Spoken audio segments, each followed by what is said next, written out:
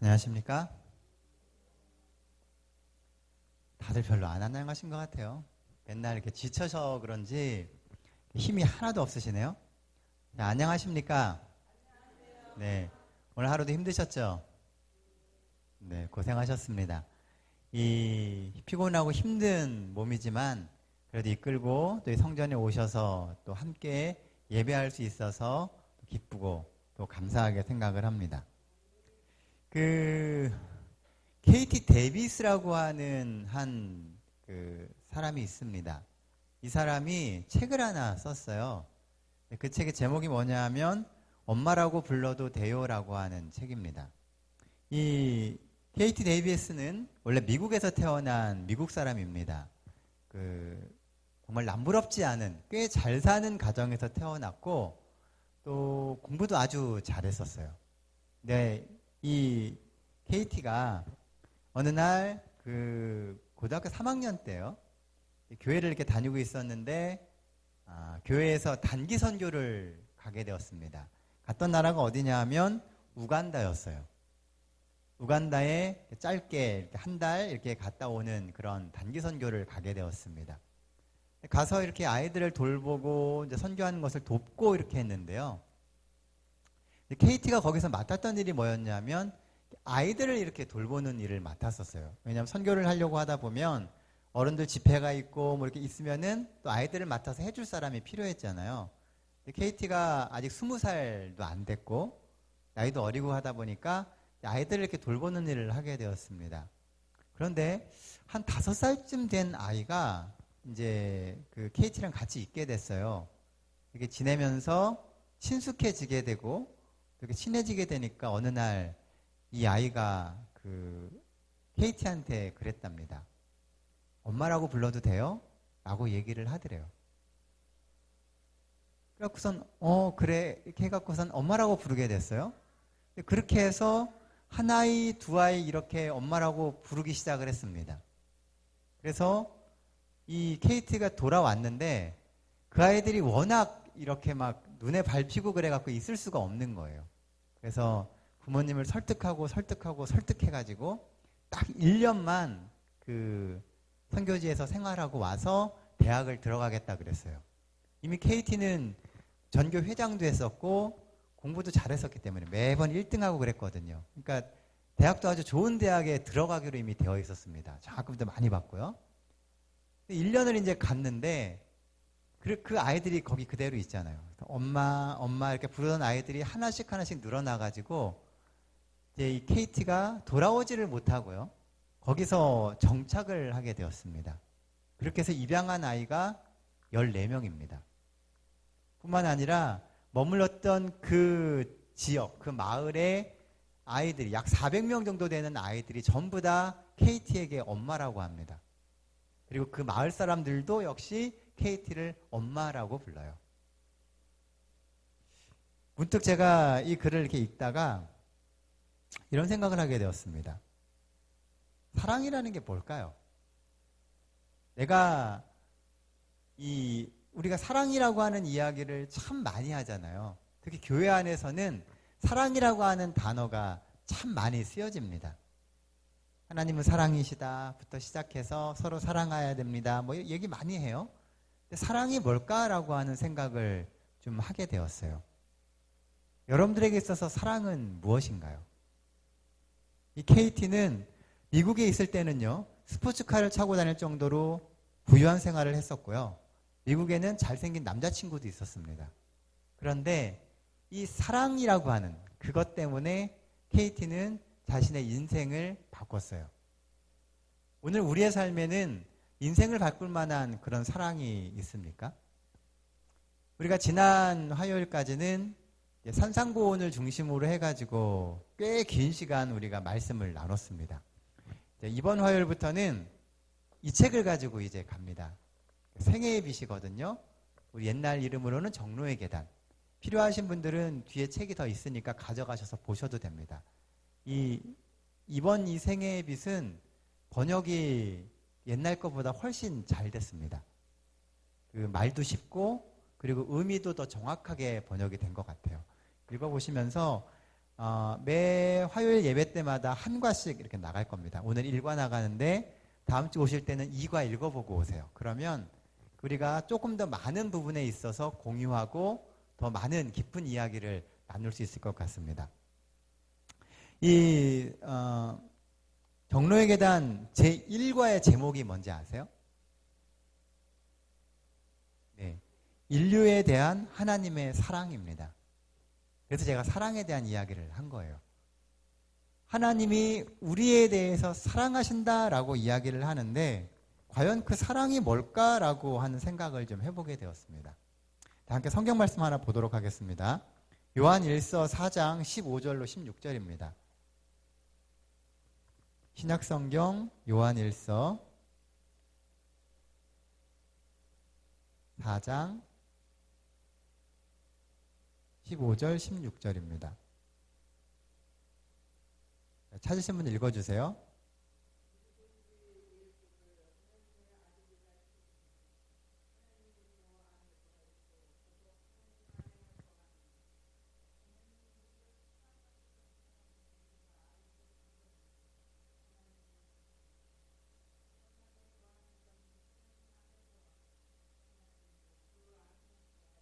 네, 여기 보면은 하나님은 사랑이시다라고 이야기를 해요. 그러면서 사랑 안에 거하는 자는 하나님 안에 거하고 하나님도 그 사람 안에 거한다라고 이야기를 합니다. 이 정로의 계단 제일 첫 구절이 뭐냐면요. 이 천연계와 이 계시, 그러니까 하나님의 말씀은 다 하나님의 사랑을 증거한다라고 되어 있습니다. 우리가 신앙생활을 해오면서 천연계와 하나님의 말씀은 하나님의 사랑을 증거한다라고 많이 들어왔어요. 천연계가 어떻게 하나님의 사랑을 증거하고 있나요? 여러분들이 이 천연계를 딱 보면 하나님의 사랑이 확 이렇게 느껴져 오나요? 뭐 이렇게 질문을 해도 반응이 없고 사랑이 느껴져요? 그러면 굉장히 마음이 열려 계시는 거예요. 사실 봐도요. 좋다. 이런 마음은 들어도 그것을 통해서 하나님의 사랑이 확 이렇게 와닿지가 않는 겁니다. 그냥 보기 좋은 거죠. 거기서 하나님의 사랑을 느낄 수 있다라고 하는 것은 우리가 평상시에 하나님과 참 많이 연결되어 있다라는 거예요. 근데 대다수의 사람들은 그 안에서 하나님의 사랑을 발견할 수가 없습니다. 우리 천연계가 하나님의 사랑을 어떻게 증거를 하냐면요. 날마다 자라고 유지되는 것, 그것이 공급해 주시는 하나님의 사랑으로부터 나온다라고 하는 것을 이 천연계는 이야기를 합니다. 그런데 우리는 실제로 이 천연계처럼 하나님께로부터 공급을 받지를 못해요. 성경에 보면은 이 들에 있는 백합화 하나가 솔로몬이 받은 영광보다 더 큰 영광을 하나님께로부터 입었다라고 이야기를 합니다. 이 말도 사실은 우리가 이해하기가 쉽지 않은 이야기예요. 솔로몬은 한 나라의 왕입니다. 그리고 실제로 이스라엘의 그 번영기를 보게 될 때 가장 번영했던 시기의 왕이에요. 솔로몬이 가지고 있었던 것은 세상 그 어느 누구도 갖지 못했던 부러워할 만한 그런 것들을 솔로몬은 다 가졌습니다. 그런데 솔로몬이 가지고 있는 그 모든 영광이 들에 피어 있는 백합화 하나가 받은 영광만도 못하다라고 이야기를 합니다. 왜 그럴까요? 하나는 천연계를 나타내고 하나는 우리의 삶을 나타내요. 그 천연계인 백합화가 우리가 인간이 누릴 수 있는 최고의 영화보다 더 큰 영화를 누린다라고 하는 게 무슨 의미일까요? 생각을 해보니까요. 하다가 이런 결론을 내렸습니다. 우리의 영화는요. 우리가 뭔가를 해가지고 얻은 영화예요. 내가 열심히 노력하고 또 그 영화를 얻기 위해서는 누군가가 그 영화를 잃어버린 겁니다. 이 세상은요. 유한한 뭐라 그러죠? 유한한 것들을 가지고 나누는 거예요. 이 세상은. 어차피 나눌 수 있는 것은 딱 정해져 있습니다. 그것을 많이 가져간 사람은 영화로운 것처럼 보이고요. 적게 가져간 사람은 그렇지 못한 것처럼 보인다는 거죠. 내가 뭔가를 해서 얻는 것이 솔로몬의 영화였어요. 반면에 백합화가 얻게 되는 영화는 순전히 하나님이 주시는 영화입니다. 하나님이 주시는 그 사랑을 경험함으로 얻게 되는 그런 영광이라는 것이죠. 처음 창조될 때 천연계는요, 쇠퇴의 증상이나 저주의 그림자가 없었습니다. 이 세상에 있는 모든 것들은 다 생명력이 넘쳤고 하나님의 사랑이 다 거기에 드러났어요. 그런데 아담과 하와가 죄를 짓게 되었을 때부터 그 영광을 잃어버리기 시작했다는 겁니다. 사람만 퇴화해서 온 게 아니라 이 천연계도 퇴화해 오기 시작했다는 거예요. 이 부자 선지자에 보면은요, 아담과 하와가 죄를 딱 짓고 나서 그 죄의 결과에 대해서 처음 느꼈던 게 뭐냐 하면 낙엽이었습니다. 그 전까지는 낙엽이라는 게 없었어요. 나무도 죽지 않는 겁니다. 아담과 하와만 영생하는 게 아니라 이 세상에 있는 천연계도 다 영생하는 거예요. 그래서 낙엽이라는 게 없었어요. 근데 죄를 딱 짓고 나니까 바람에 낙엽이 탁 떨어지는 게 보이는 거예요. 그리고 그것을 보면서 아담과 하와는 죄의 결과라고 하는 것에 대해서 느꼈다고 이야기를 해요. 실제로요, 아담과 하와가 이 죄를 짓고 나서 하나님이 아담과 하와에게 내가 이제는 수고하고 땀 흘려야지만 먹고 살 수 있을 거라 그랬습니다. 그리고 땅은 뭘 내놓는다 그랬어요? 엉겅퀴와 가시를 내놓는다 그랬습니다. 이 엉겅퀴와 가시는 여기 정로의 계단에 보면은 우리가 경험하게 된 인생의 고통과 수고를 이야기한다라고 이야기를 해요. 그것을 경험해야지만 땀을 이렇게 흘려서 고생해야지만 소산을 먹을 수 있게 된다는 것이죠. 그런데 정로의 계단에 보면은요, 그 뒤에 이어지는 이야기가 있습니다. 이게 뭐냐 하면 엉겅퀴와 가시 역시도 하나님의 구속의 경륜에 있어서 인간을 구원하기 위한 하나님의 훈련의 방법이기 때문에 인간에게 유용하다는 거예요. 우리가 인생에 있어서 겪게 되는 그 고통이라고 하는 것이 우리의 죄를 되돌아보게 만들고요, 우리로 하여금 하나님 안에서 하늘에 합당한 사람으로 준비되게 만드는 데 필요하다는 것입니다. 하나님은 죄의 결과인 것을 가지고도 우리를 하늘로 인도하기 위한 훈련의 기간으로 쓰고 계시다라는 거예요. 자, 여기 보시면요, 또 이런 얘기가 나옵니다. 엉겅퀴에도 꽃이 피고 가시덩굴에도 장미꽃이 덮인다. 새로 바뀐 책에는 그 엉겅퀴 위에도 아름다운 꽃이 피어나고 그리고 가시덤불 위에 장미가 핀다라고 되어 있습니다. 인생이라고 하는 것이 결국은 고통과 그 수고 가운데서 죄의 결과만 갖고 사는 게 아니라 그곳에 반드시 꽃이 핀다는 거예요. 그리고 그 꽃이 우리로 하여금 다시 하나님의 사랑을 볼 수 있게 한다고 이야기합니다. 그 꽃봉오리마다 하나님은 사랑이시다라고 이야기하고 있다고 이야기를 해요. 오늘 우리의 삶에 혹 어려움이 있으십니까? 그 어려움이 우리가 하나님을 바라보게 만들기 위한 하나님의 인도하심임을 기억하게 되시길 바랍니다. 그리고 그 어려움에서 피는 하나님이 주시는 아름다운 꽃들을 찾게 되시기를 바라요. 그 꽃 가운데 하나님은 사랑이다라고 하는 것이 표현되어 있다는 거예요.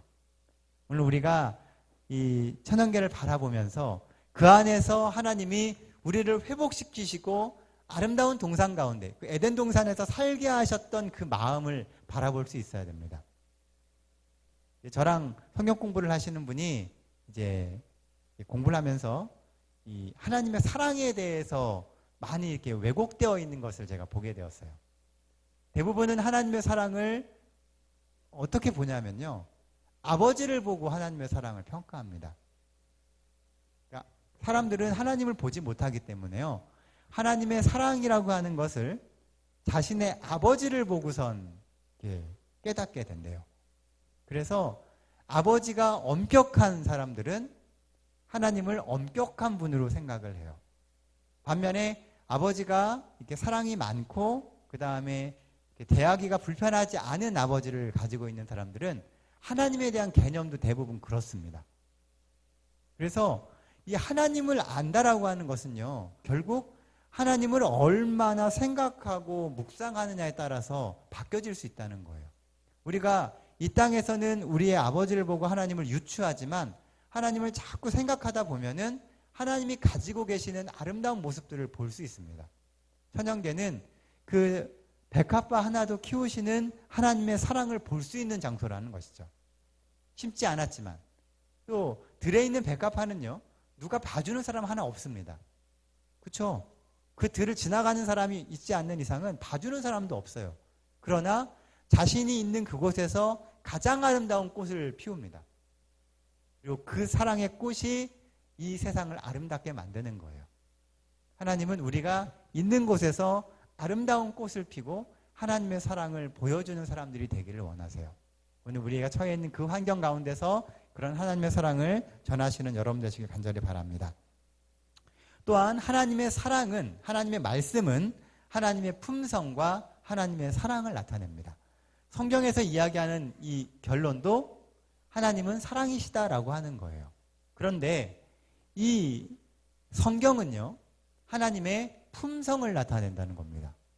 품성이 뭐죠? 품성? 우리 꽤 긴 시간 품성에 대해서 공부를 해왔었는데요. 매주마다 그리스도인의 품성에 대해서 이야기를 했습니다. 품성이 뭘까요? 품성 어렵죠, 말이. 품성은 단어 바꾸면 됩니다. 성품. 성품이 어떠냐는 거예요. 우리에게 있어서 성품은 어떨까요? 자, 성품이요. 자, 여러분의 성품은 어떻습니까? 저는 좀 어떤 것 같아요, 성품이. 성품이란 말이 어려우면 그 성질이 좀 어떻습니까? 쉬운 말로. 그러니까 이 성품이란 말, 이 말을 그 의미를 다 이렇게 끄집어내기는 어려운 것 같아요. 그 말의 의미를. 근데 우리가 흔히 쓰는 말로 성격이나 성질이나 뭐 이런 것들이 다 성품의 하나의 부분이라고 할 수 있겠죠. 우리는 성질이 좀 어떤가요? 사투리로 성깔이 좀 있나요? 예? 급해요. 네. 뭐 요즘에 다 급해요. 안 급한 사람이 없어요. 예. 요즘에 보면 이렇게 느긋한 사람이 거의 없습니다. 예. 예심도 부족하고, 그렇죠. 자기 위주, 배려 안 되고, 급하고, 또 너그럽지도 못하고. 왜냐하면 그렇게 살지 않으면 이 세상에서 살아남을 수가 없어요. 느긋하면 빨리빨리 움직이는 사람들이 항상 치이게 되어 있고요. 너그러운 마음으로 사랑해주면 바보가 됩니다. 그런 세상에 살아가요. 그러다 보니까 성품이라고 하는 것이 잘 형성이 안 되는 거예요. 그러다 보니까 우리는 이 하나님의 성품에 대해서도 사실은 잘 이해를 못하는 것 같아요. 경로계단에 보면요, 하나님의 말씀은 하나님의 품성을 나타낸다라고 이야기합니다. 근데 우리가 성품이 그렇게 형성이 안 되다 보니까요, 하나님의 성품도 오해가 되는 거예요. 제가 아까 그랬잖아요. 하나님을 누구를 보고 판단한다고요? 아버지를 보고 판단을 하는 거예요. 그러다 보니까 아버지의 모습이 곧 하나님의 모습인 거죠. 그러니까 하나님에 대해서 사람들은 다 오해를 해요. 특히 구약 성경을 읽어보면요, 하나님은 어떤 분이에요? 참 무섭고 벌 잘 주시고 성격 급하시고 엄격하시고 정말 어떻게 보면은 바늘로 쿡 찔러도 피 한 방울 안 날 것 같은 그런 모습의 하나님처럼 보여진다는 것이죠. 그래서 예수님이 이 땅에 오신 거예요. 하나님의 성품이 오해되고 있기 때문에 그 오해된 성품을 보여주기 위해서 오신 것이죠. 요한복음 1장 18절에 보면은 본래 하나님을 본 사람이 없으되 아버지 품속에 있는 독생하신 하나님이 나타내셨느니라 그랬습니다. 하나님을 본 사람이 없기 때문에 독생자이신 예수님이 오셔가지고 하나님을 보여주시는 거예요. 우리가 흔히 이야기하잖아요. 구약의 하나님과 신약의 하나님이 좀 다른 것 같다고 이야기를 해요. 구약에서는 막 이렇게 막 불같은 하나님인데 신약에 나오는 하나님은 한없이 사랑스럽죠. 약자들을 찾아가서 그들의 필요를 채워주시고 아픔을 다독거려 주시고 혼자 지쳐있는 그 사람들을 예수님은 찾아가십니다. 이 사마리아 여인 같은 경우는 그 여인 하나 만나려고요. 예수님은 하루 종일 걸어가셨습니다. 오전 내내 걸어가셔서 그 여인 하나 만나고 오전 내내 걸어가고 다시 오셨어요. 필요로 되는 그 사람 하나를 만나기 위해서 예수님은 항상 가셨습니다. 삭개오를 만나기 위해서 예수님께서는 일부러 삭개오가 있는 그 마을로 가시고 그 나무 밑으로 지나가셨어요. 왜냐하면 삭개오를 만나야 되기 때문에요. 예수님은 이 땅에 계셔서 이 하나님의 사랑을 보여주기 위해서 항상 노력하셨다는 겁니다. 정로에게다 보면 이렇게 이야기하고 있어요. 예수께서 인류 가운데 사시려고 오신 것은 그가 하나님의 무한하신 사랑을 세상에 나타냄으로써 이렇게 목매한 오해를 없애기 위함이었다. 사람들이 정말 자신들의 판단을 가지고 하나님을 판단하는 것을 없애기 위해서 예수님이 이 땅에 처음에 오시게 되었다는 거예요. 오늘 본문인 요한 1서 4장 15절에도 보면은요, 예수님을 하나님의 아들로 시인하면 하나님이 내 안에 계시고 나도 하나님 안에 있다라고 이야기를 해요. 자, 똑같은 이야기가 우리가 잘 아는 이야기 하나 있죠? 요한복음 15장에 나오는 포도나무 비유 이야기입니다. 네. 너희가 내 안에, 내가 너희 안에. 그렇죠? 나는 나무고 너희는 가지니 너희가 내게 붙어 있으면 뭐 한다고요?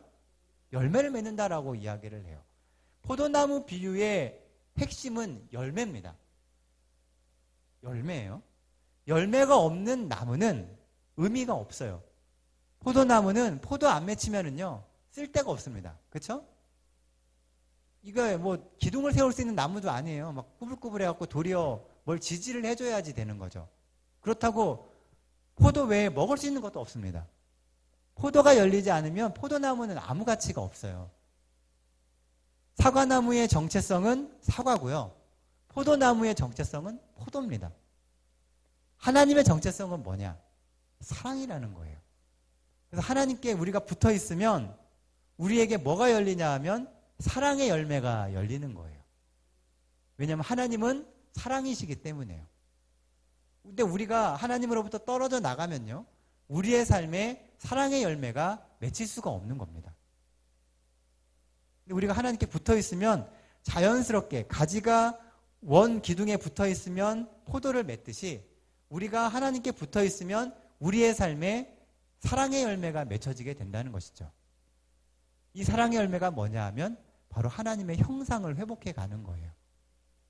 하나님의 형상을 회복한다라는 얘기는 우리의 삶에 사랑의 열매가 계속 맺힌다는 겁니다. 왜냐하면 원래 우리는 하나님의 형상을 가지고 있었거든요. 정로의 계단에 보면 예수께서는 진리의 말씀을 하나라도 숨기지 아니하시고 항상 사랑으로 말씀하셨다라고 이야기를 해요. 예수님의 말 한마디 한마디는 전부 다 사랑이었다는 겁니다. 심지어는 꾸짖으실 때도 그 가운데는 사랑의 눈물이 함께 했었다라고 기록하고 있어요. 사랑이 없으면 아무것도 아닙니다. 사랑이 없으면 우리가 하고 있는 모든 신앙이 결국은 허지로 돌아가게 되어 있어요. 그 사랑은 결국 하나님께로 연결되어서 나오게 되는 사랑이라는 것이죠. 예수님께서는 그 사랑의 결과로 구속을 이루십니다. 그리스도께 드리신 무한한 희생이 아니고는요, 잃어버린 인류에 대한 하나님의 사랑을 표현할 수가 없었던 것입니다. 하나님이 우리를 사랑하신다라는 것을 표현하는 가장 극단적이고 가장 결론적인 표현이 뭐였냐면 십자가에서 대신 죽는 것이었어요. 왜냐하면 그래야지만 우리가 사랑의 열매를 맺을 수 있는 길이 열리기 때문인 것입니다. 옛날에 어떤 사람이요, 그 길을 지나가다가 물에 빠진 아이를 보게 되었습니다. 그래가지고 이 사람이 목숨을 무릅쓰고 물속에 뛰어들어가서 이 아이를 구해냈어요. 그다음에 아이가 나와서 이제 이야기를 합니다. 저를 구해주셔서 정말 감사합니다. 이 은혜를 어떻게 보답해야 될까요? 그랬더니 이 아이를 건져낸 사람이 이렇게 이야기했다고 합니다. 하나도 보답하지 않아도 돼. 대신 살아가면서 이것 하나만 기억하렴. 너는 누군가가 목숨을 걸고 뛰어들어서 구출할 만큼 가치 있는 사람이었다라는 것. 이것만 기억해 주면 된단다 하고 그 사람은 갔다고 합니다. 그런데 그 말 한마디가요, 그 소년의 인생을 바꾸게 된 거예요. 그전에는 이 소년이 자신이 그렇게 가치 있는 사람이라는 생각을 못했어요. 그런데 그 남자가 이렇게 얘기해줬던 그 말 한마디가 계속 머릿속에 남는 겁니다. 너의 인생은 누군가가 목숨을 걸고 뛰어들어서 구원할 만큼 가치 있는 것. 그러니까 뭘 하더라도 이 자기의 삶의 가치를 발견할 수 있었던 거예요. 이 땅에 많은 사람들이 왜 자기의 생명의 가치를 잃어버리게 되느냐? 내가 그만큼 가치 있는 존재라는 것을 깨닫지 못하기 때문에 그렇습니다. 그리스도인의 삶이 왜 자꾸 무너지느냐? 내가 하나님께서, 예수님께서 목숨을 바쳐서 구원할 만한 존재라고 하는 것을 찾고 있기 때문에 그러는 거예요. 사랑하는 성도 여러분, 우리는 하나님 안에서 독생자를 희생하시면서까지도 구출해 줄 만한 귀중한 사람이었다라고 하는 것을 잊지 않게 되시길 바랍니다. 그래서 세상에 어려움을 만나고 환난을 겪고 정말 힘든 상황이 온다 할지라도 여러분들의 가치를 포기하지 마시기 바라요. 하나님이 언젠가 우리의 삶을 통해서 하나님이 선택하신 것이 옳았다라고 하는 것을 보여주실 겁니다. 지금은 우리가 이 세상 사람들과 비교해서 형편없어 보일 수 있습니다. 우리가 많이 무너져 보이고 많이 부족해 보일 수 있습니다. 그러나 하나님의 선택, 하나님의 부르심에는 후회가 없습니다. 하나님은 우리에게 가치를 부여하셨어요. 그래서 그 가치에 합당하게 될 수 있도록 매번 도와주실 것이고 매번 함께해 주실 것입니다. 여러분들의 삶에 그런 희망과 소망을 갖게 되시길 바랍니다. 정로계단에 보면 이런 말씀이 있었습니다. 하나님과 일체셨던 그는 도무지 끊을 수 없는 줄로 그 자신을 인류에게 붙들어 매셨다. 하나님과 우리는 사랑의 줄로 매어져 있습니다. 우리가 어느 곳에서 무엇을 하든지 간에 우리는 하나님께 사랑의 줄로 매어져 있어요. 예수님과 하나님의 희생은 우리가 그리스도를 통하여 어떠한 사람이 될 수 있는지를 보여주는 것입니다. 그리스도인은, 선택된 우리는 예수님 안에서 예수님이 사셨던 것처럼 살 수 있습니다. 우리의 삶을 통하여 하나님은 사랑이시다라는 것이 증거될 수 있는 삶을 살 수 있습니다. 죄로 인해 비록 사단의 백성이 되었지만 예수님의 희생으로 우리는 하나님의 백성이 되었습니다. 예수님은 당신을 사랑하지 않는 세상을 사랑하셨어요. 우리는 그렇게까지 할 필요는 없습니다. 우리는 오직 우리를 사랑하시는 예수님을 사랑하면 되는 거예요. 그리고 예수님처럼 그 마음을 가지고 세상 사람들을 사랑해주면 되는 것입니다. 자, 이제 말씀을 정리하면서요. 오늘 본문이었던 요한일서 4장 15절 16절 그 뒤쪽에 보면은요. 18절에 이런 이야기가 나옵니다. 사랑 안에 두려움이 없고 온전한 사랑이 두려움을 내어 쫓는다라고 이야기합니다. 사랑 안에는 두려움이 없습니다. 정말 사랑하면요. 두려워할 필요가 없어요. 진정한 사랑은 두려움이 없는 것입니다. 그러므로 하나님을 사랑하고 하나님 안에 살아가고 있는 우리에게는요. 두려움이 없습니다. 왜냐하면 하나님의 사랑이 우리의 모든 걱정과 우리의 두려움을 다 덮어주실 것이기 때문입니다. 하나님을 생각하시며 두려움을 버리십시오. 하나님이 오늘도 이 피 튀기는 인생 가운데서 우리를 지키시기 위해서 우리를 대신해서 싸우십니다. 우리는 단지 예수님께 붙어있기만 하면 되는 거예요. 예수님이 대신 싸워주시고 예수님이 대신 이겨주시고 예수님이 우리의 힘이 되어주실 것입니다. 하나님의 사랑이 오늘 우리의 삶 속에서 우리를 지켜주십니다. 이 한 주도 하나님의 사랑으로 힘을 내고 예수님께 붙어있기 위해 노력하는 그런 인생 살게 되시길 간절히 바랍니다. 하나님의 넘치는 은혜가 여러분들의 삶의 순간순간마다 임해주셨기 간절히 바라오며 오늘 말씀 마치겠습니다. 자, 이 시간에는 우리 개인 기도하는 시간 갖도록 하겠습니다. 하나님의 사랑을 묵상하시면서 하나님의 사랑을 구할 수 있는 그런 기도하게 되시길 바랍니다.